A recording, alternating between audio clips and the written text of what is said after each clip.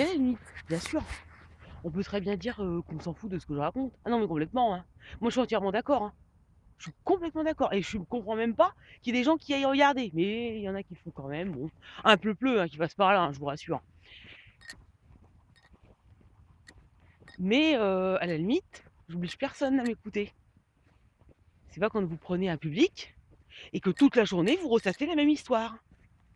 Parce que ça, je l'ai eu pendant un mois sur un lieu de travail. Bon, moi, j'étais en stage. Je l'ai eu pendant un mois. Chaque fois, la même histoire. Bon, bah, on a compris. Je veux dire, ton mec, ça va plus avec, ou tu le largues, ou tu divorces, ou tu fais ce que tu veux.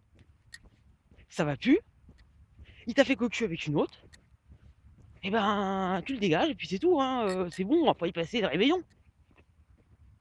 Je veux dire, à un moment donné, c'est comme si moi, je parlais de Guillaume toute la journée, quoi. De toute façon, il y avait personne qui savait rien alors. Mais voilà, je veux dire, à un moment donné, ou alors faut changer le public, quoi. Parce qu'à un moment donné, ça va commencer à dire, ouais, ça fait dans le bis répétita, quoi. Bon,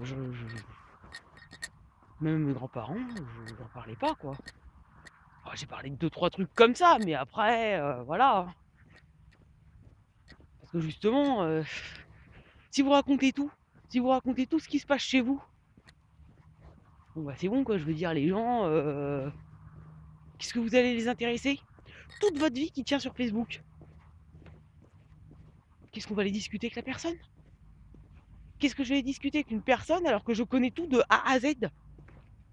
C'est bon? La personne, voilà, ça y est, je la connais, je sais ce qu'elle fait, elle a acheté 2 pommes ce matin, mangé 2 poires ce soir et terminé quoi. Bon. Donc c'est pour ça quand on me dit d'aller rencontrer des gens pour discuter, pour dire quoi? De quoi je vais leur parler moi aux gens? Bah voilà, j'ai pris 2 Tranxène ce matin. J'étais un petit peu fatiguée alors j'ai dormi 3 heures. Et puis je me suis levée cet après-midi. J'ai pris de Doliprane parce que j'ai mal à la tête. Les effets secondaires du Tranxène. Mais le Doliprane, voilà, ça m'a donné mal à l'estomac parce que je l'ai pris comme ça. Et puis là ce soir, c'est mon Zopiclone pour dormir. Donc j'ai redormi en fait cette nuit. Non mais super quoi. Super. Je vais aller voir des gens pour leur raconter ça. Donc voilà. Ou alors non, parle pas. Non, je sais pas parler en fait. Je suis sourde muette. Je veux dire, à un moment donné, il faut être cohérent aussi. Moi, la pathologie, elle est trop incompatible avec une vie sociale standard. Je le dis et je le redis. Parce que visiblement, on a du mal à comprendre. Donc, c'est pas pour aller m'enterrer encore plus, à essayer de faire genre que tout est normal, alors que ça ne l'est pas. Que plus je vais jouer la comédie, plus ça va se voir. Non mais, il faut être lucide, hein. Et je sais très bien que je creuse ma tombe en me risquant à ça. Donc, eh ben, je peux aimer faire tel truc, mais pas forcément avoir besoin de prouver à je sais pas qui que si que je m'intègre, que j'essaye. Parce que là, c'est trop ça, quoi. Et c'est même pire. Finalement, c'est même pire que de rien faire. Parce que là, le regard des gens, faut pas rêver. Il va pas être objectif. On sait qui arrive.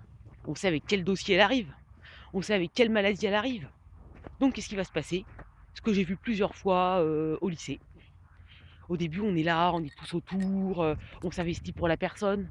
Ouais. Sauf que la personne, par sa maladie, malheureusement, ben, il reste de moins en moins de choses. Et au bout d'un moment, bah, c'est bien gentil tout ça, mais hein, la barbe, hein. Donc, qu'est-ce qui se passe? Bah, la personne, finalement, elle s'est attachée, elle s'est habituée à l'aide et tout ça. Puis d'un coup, bah oui, on s'éloigne. Parce que c'est bien mignolet tout ça, mais nous, on a une vie. C'est bien gentil, mais nous, on a un taf. Bah ouais, c'est écoute, on t'aime bien, mais on a des gosses. On a des trucs à payer. Bah oui, bah on a des préoccupations. Donc ça veut dire en clair qu'il faut laisser faire les pros et pas chercher à s'en mêler. C'est tout. Vous n'êtes pas thérapeute, et bah vous laissez tomber. La personne, elle vient, vous la prenez comme elle est, mais vous cherchez pas à commencer à en faire des tonnes là, que c'est même pas naturel, que c'est même pas sincère en plus. Ça m'énerve trop de toute façon. Parce qu'en plus ça se voit. Ça se voit. Le statut va pas être le même. Oui mais là, ça elle pourra pas le faire parce que ça va être un peu compliqué. Et puis c'est comme ça que ça se passe. Donc, et ben la personne, elle vient, elle fait ce qu'elle peut, elle suit, elle suit pas, elle suit pas. Et puis voilà, et elle voit si elle continue ou pas. Moi, je sais que j'énerve. Je sais que j'énerve parce que pas parce que je fais grand chose. Hein. Tu vois, je fais rien moi. Moi, je sais, je cherche du taf, mais bon, voilà.